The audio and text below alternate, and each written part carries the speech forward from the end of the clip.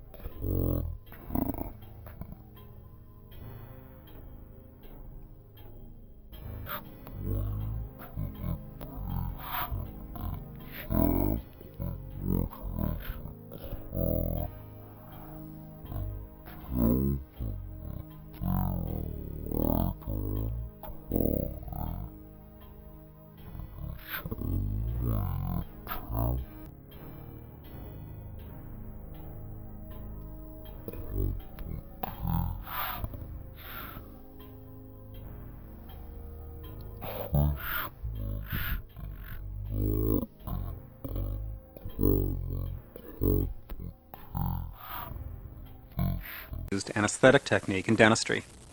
It's also known as the standard mandibular block or the Halsted approach. It is indicated when we are carrying out procedures on either one or multiple mandibular teeth in one quadrant. As well, it is indicated for procedures on the lingual soft tissue or the buccal soft tissue anterior to the first molar. For surgery on the molars, a separate buccal nerve block is required. The nerve anesthetized by this block is the inferior alveolar, which innervates the pulps of the mandibular teeth in that quadrant from the third molar to the central incisor. The buccal periodontium anterior to the first molar is also anesthetized through its innervation by the mental nerve. In administering this block, we often anesthetize the lingual nerve, and therefore the anterior two-thirds of the tongue and lingual soft tissues as well. The objective of this technique is to place the needle tip above the mandibular foramen into the sulcus just behind the lingula. This is where the inferior alveolar nerve inserts into the mandibular canal. The lingual nerve lies just anteriorly and medially, and is often anesthetized along with the inferior alveolar nerve. You begin by looking at the anterior border of the ramus, which is shown here, and feeling the greatest depth, which is the cornoid notch of the external oblique ridge.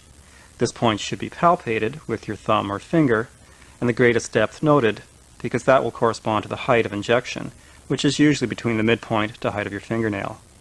The next stage is to palpate the internal oblique ridge, which is the next prominence as you move your finger or thumb in medially, and that should be palpated, a mental note made at that point, and then your finger or thumb again withdrawn laterally, pulling the soft tissue landmark with you. It is just medial to the internal oblique ridge that the needle will be inserted. At this point, you're ready for needle insertion. The needle is advanced just behind the lingula until it hits the mandibular sulcus.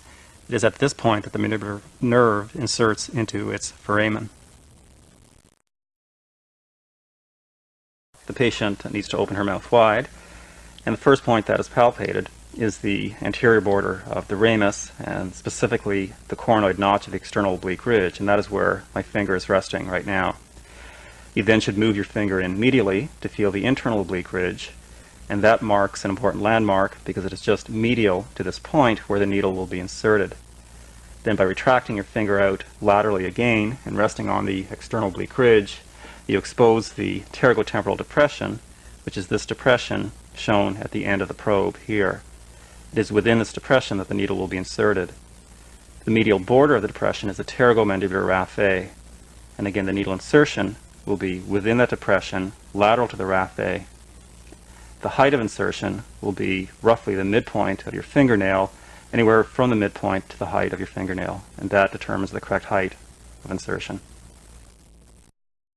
After palpating the landmarks, you will be inserting the needle into the pterygotemporal depression. The needle is brought in from the contralateral side, and insertion point is directly there, and advance slowly until you go 25 millimeters. Once bone is hit, you withdraw slightly, you aspirate, and slowly begin to inject a full cartridge of local anesthetic, unless you are following with a buccal nerve block, in which case you should inject 3/4 of the cartridge. The needle is now passing through mucosa, a thin portion of buccinator muscle, loose connective tissue, and adipose tissue. It lies lateral to the medial pterygoid muscle and the sphenomandibular ligament, and medial to the ramus of the mandible. If you contact bone too soon, in other words, significantly less than 25 millimeters, you will need to redirect the syringe and carry out the indirect technique.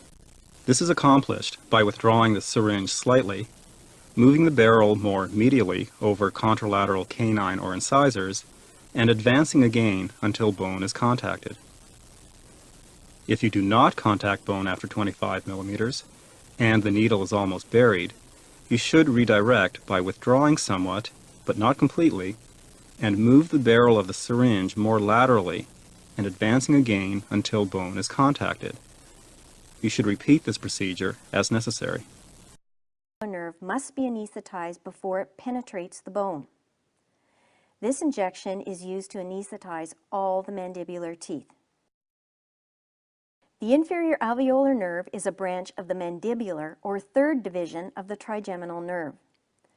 This division of the trigeminal nerve exits the middle cranial fossa via the foramen ovale.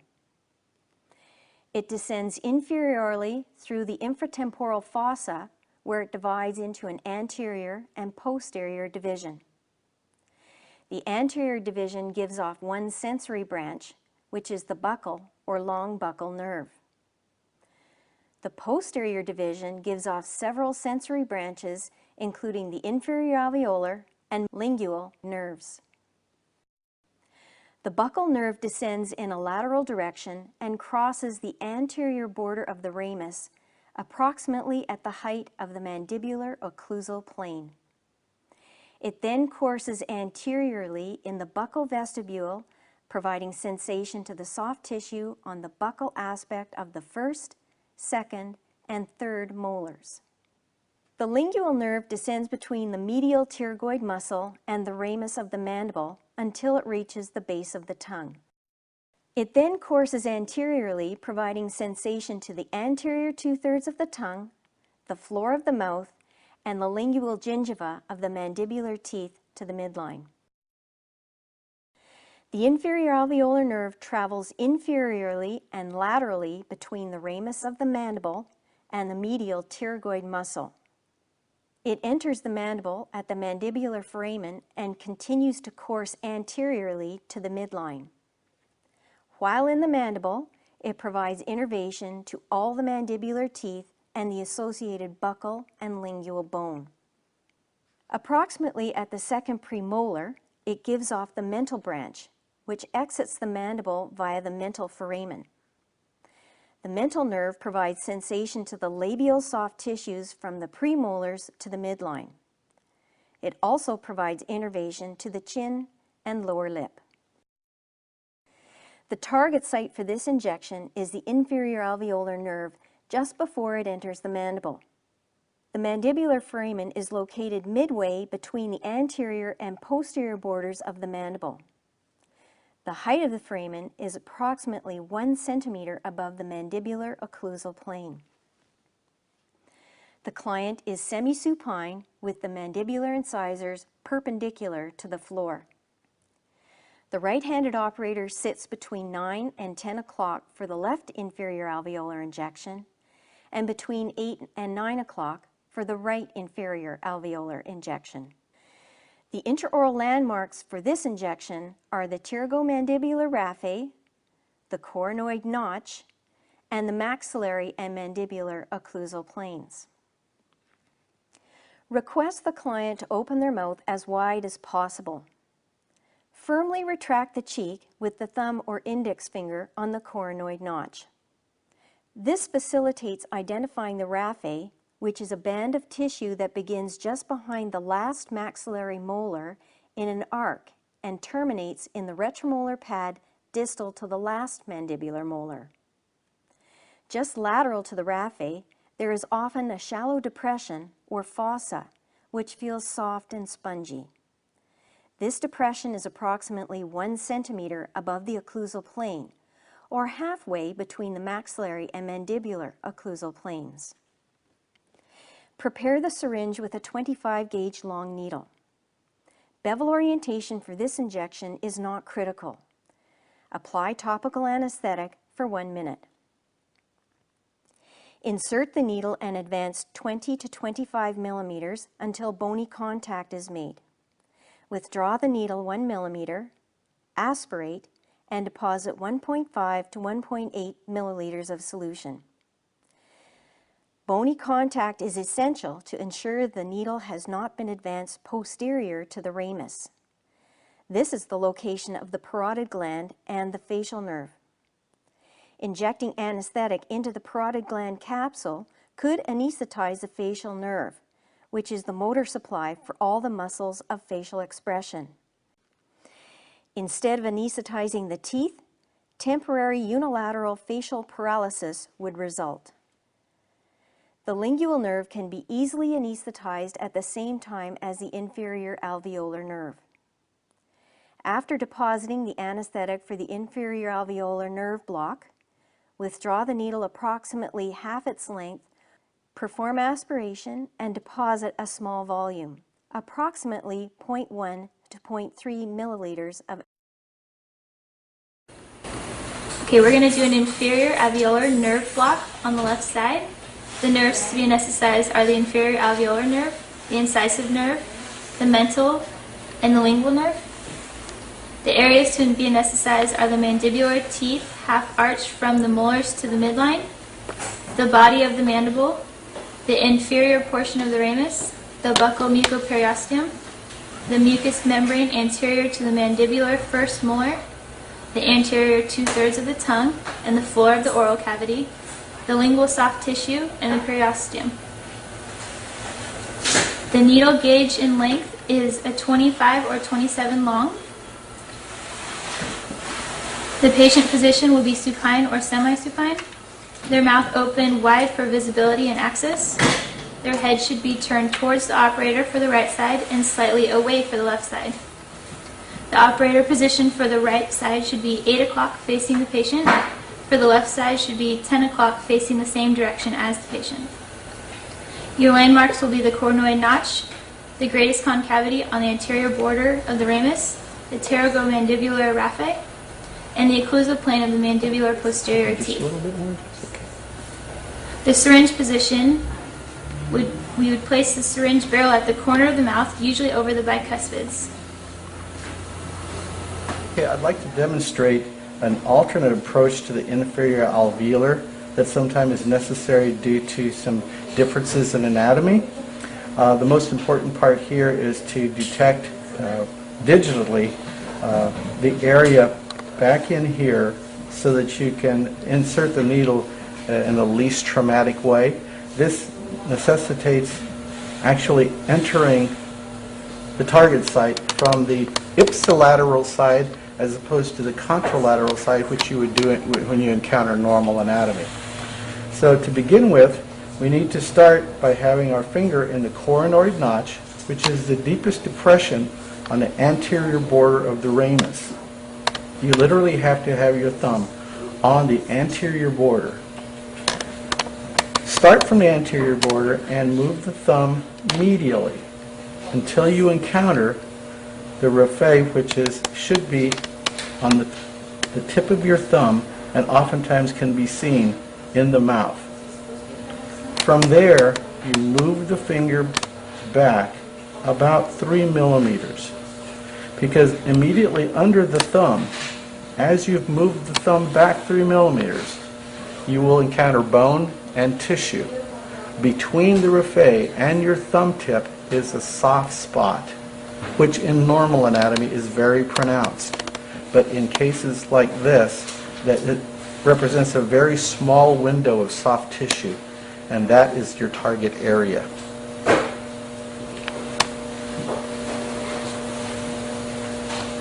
On air. With the target area located, now we enter to the target area with the syringe from the ipsilateral side, in other words, the same side that we are going to inject. The needle is inserted into the soft little area there. You move the syringe straight back until you reached about half of the length of the needle to which you want to end with. At that point, you will swing over to the normal contralateral side and proceed to the length of the final length, which leaves about 4 millimeters of a long needle showing.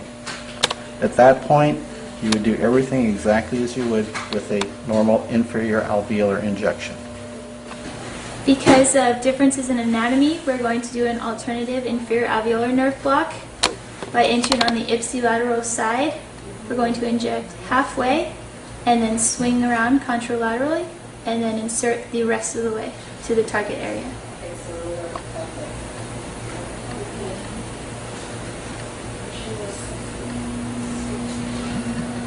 In this injection, the bevel orientation is not critical. There is no pressure anesthesia. The depth of the insertion is 20 to 25 millimeters, approximately 2/3 to 3/4 of the needle length. There is osseous contact. Contact. Aspiration potential is 15%. No.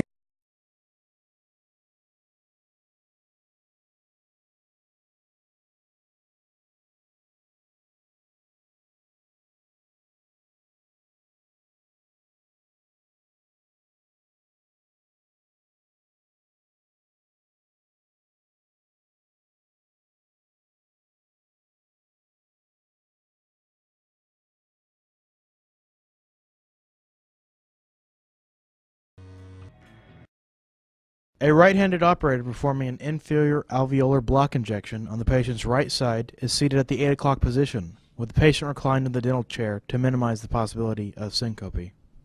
Our tour begins with the patient's mouth opened widely and the patient's head turned slightly toward the operator. The operator's finger palpates the greatest depth of the coronoid notch and moves the finger laterally to make the tissue taut. The finger is held parallel to the mandibular occlusal plane so that the middle of the finger coincides with the deepest part of the coronoid notch. The operator should visualize the pterygomandibular raphe and the deep tendon of temporalis under the finger as forming a triangular area under the pterygomandibular depression. Positioning the syringe over the premolar teeth on the opposite side and just above the plane of occlusion, the needle is placed at the insertion point within the depression, about 1/4 to 1/2 the distance from the raphe to the finger. Soon, after penetrating the mucosa, we enter the buccinator muscle, just lateral to the actual raphe, which connects the buccinator muscle to the more medial superior pharyngeal constrictor muscle.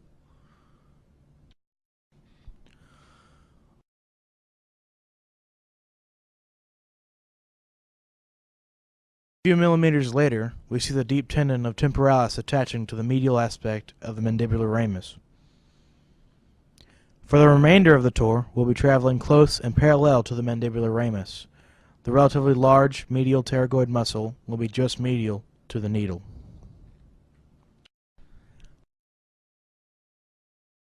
Moving further in, we approach the sphenomandibular ligament, which should be to our right, or medial. We don't want to be lateral to the ligament, which could prevent diffusion of the anesthetic into our target, the inferior alveolar nerve.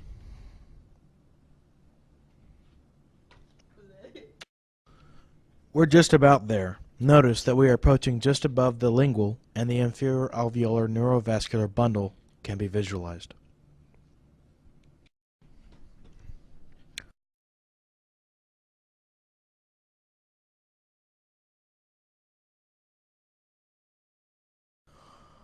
After traveling about 20 to 25 millimeters, we finally arrive and make gentle contact with the ramus, ideally just above the mandibular foramen, and very close to the inferior alveolar nerve. We'll pull back a millimeter or two, aspirate, and then deliver the anesthetic.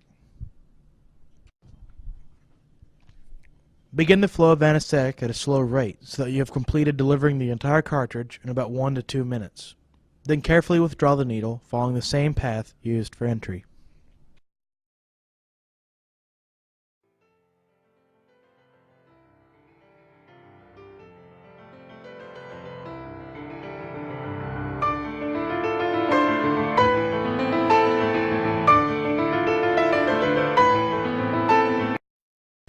Occasionally, modifications of the standard technique have to be made to achieve a successful injection. For example, during insertion, the needle may prematurely contact bone. This may occur when the patient has a narrow face, when the insertion point is more lateral than ideal, or when the barrel of the syringe is positioned too posteriorly over the contralateral teeth. Regardless of cause, the needle tip strikes bone too anteriorly on the ramus and must be repositioned.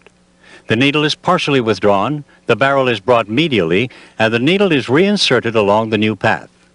Once the obstruction is passed, the syringe can be repositioned to its original orientation. In the patient where no bone is originally contacted after an insertion of 2.5 centimeters, there is the possibility that the needle tip is medial to the mandibular sulcus. Deeper insertion is not advised because of the potential for penetrating the parotid capsule and anesthetizing the facial nerve. Depositing the anesthetic at this point will still usually produce mandibular anesthesia. In the few instances when anesthesia is not obtained, perhaps because the sphenomandibular ligament and attendant fascia prevent lateral spread of the local anesthetic, re-injection will be necessary. To ensure that bone is contacted during the second injection, the insertion point can be moved slightly more lateral to the pterygomandibular raphe as the syringe is oriented over the contralateral mandibular first molar region.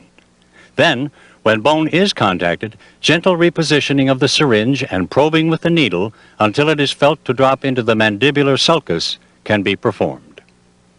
Perhaps the most common cause for failure of the standard inferior alveolar nerve block is positioning the needle tip too inferiorly. This can happen if the coronoid notch is not palpated correctly. For instance, if the thumb is too medial and palpates the temporal crest. Even if the notch is correctly identified, bisecting the thumbnail will misidentify the insertion point if the thumb is not parallel to the mandibular occlusal plane. These errors are more likely to occur in the patient who is missing posterior teeth. The prognathic mandible represents a special challenge, because in this case, the greatest concavity of the coronoid notch is not predictive of the mandibular sulcus, which lies some distance superiorly. Therefore, in patients with class 3 malocclusion, the insertion point should be made 1 centimeter above the line bisecting the thumbnail. Molars.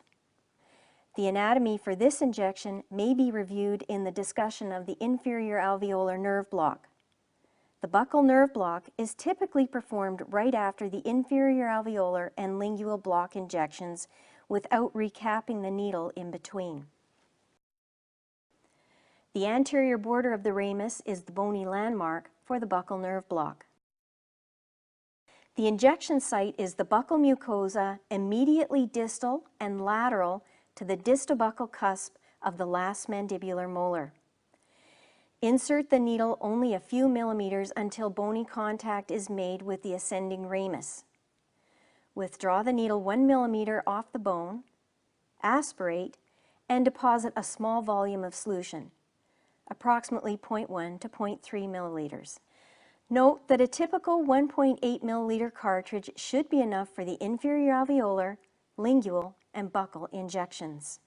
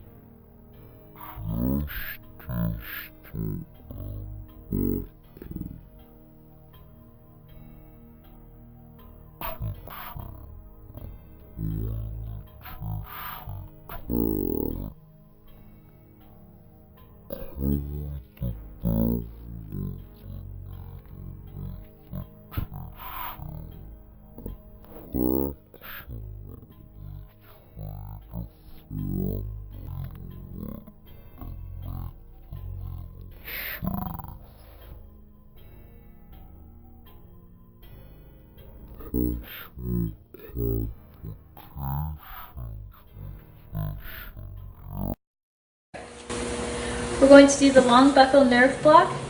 The nerves are the buccal nerve. The areas to be anesthetized are the soft tissue and periosteum of the mandibular molar teeth.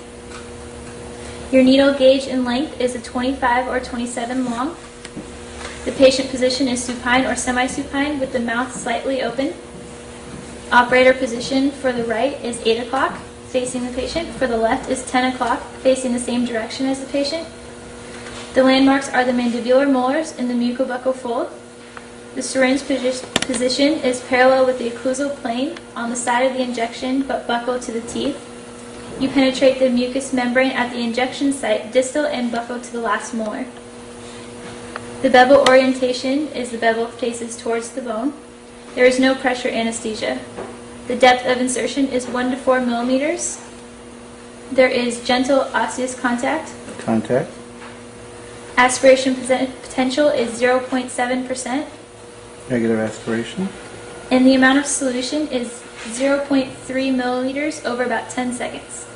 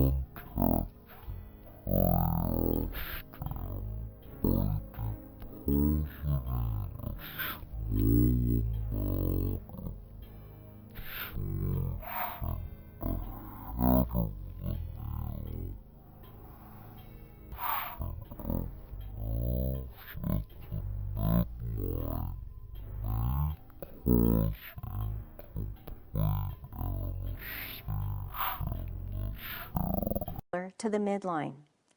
There is no lingual anesthesia. Mental nerve anatomy has been discussed as a terminal branch of the inferior alveolar nerve. With this injection, the target is the mental foramen, which is most often located between the apex of the first and second mandibular premolars. The foramen site can be confirmed with a periapical radiograph. Place the client in a semi-supine position. The operator should sit between 11 and 12 o'clock for the right injection and 1 or 2 o'clock for the left injection. Prepare the syringe with a 25 or 27 gauge short needle. Palpate the foramen intraorally at the depth of the buccal vestibule. Apply topical for 1 minute. Insert the needle to a depth of approximately 5 millimeters, directing the syringe at a 45-degree angle to the occlusal plane. If bony contact is made, withdraw the syringe 1 millimeter. Perform aspiration and, if negative, deposit 0.6 to 0.9 milliliters of solution. Withdraw the needle, safely recap, and then apply extraoral pressure over the foramen for 1 minute to direct the solution into the mandibular canal via the mental foramen. This is the incisive or mental nerve block. The nerves are the mental and incisive nerves. The areas anesthetized are the buccal mucous membrane anterior to the mental foramen, usually from the second premolar to the midline, the lower lip, and the skin of the chin, the pulpal nerve fibers to the premolars, canine, and incisors. The needle gauge in length is a 25 or 27 short. The patient position is supine or semi-supine with their mouth partially closed. The operator position for the right side block is 8 or 10 o'clock facing the patient. For the left side block, it's going to be 10 or 1. 2 o'clock is okay also. The landmarks are the mandibular premolars and mucobuccal fold, the target mental foramen through which the mental nerve exits and the incisive nerve is located. The syringe position and locating area of insertion is the patient's upper lip and cheek parallel to the long axis of the tooth, the mucobuccal fold or anterior to the mental foramen. The bevel orientation is it faces towards the bone. Pressure anesthesia is during the injection. You will maintain gentle finger pressure directly over the injection site to increase the volume of the solution entering the mental foramen. After the injection is completed, apply pressure at the injection site for 1 to 2 minutes. The depth of insertion is 5 to 6 millimeters. Osseous contact, there is none. Advance the needle slowly until the level of the mental foramen is reached. There is no need to enter the mental foramen for the incisive block to be successful.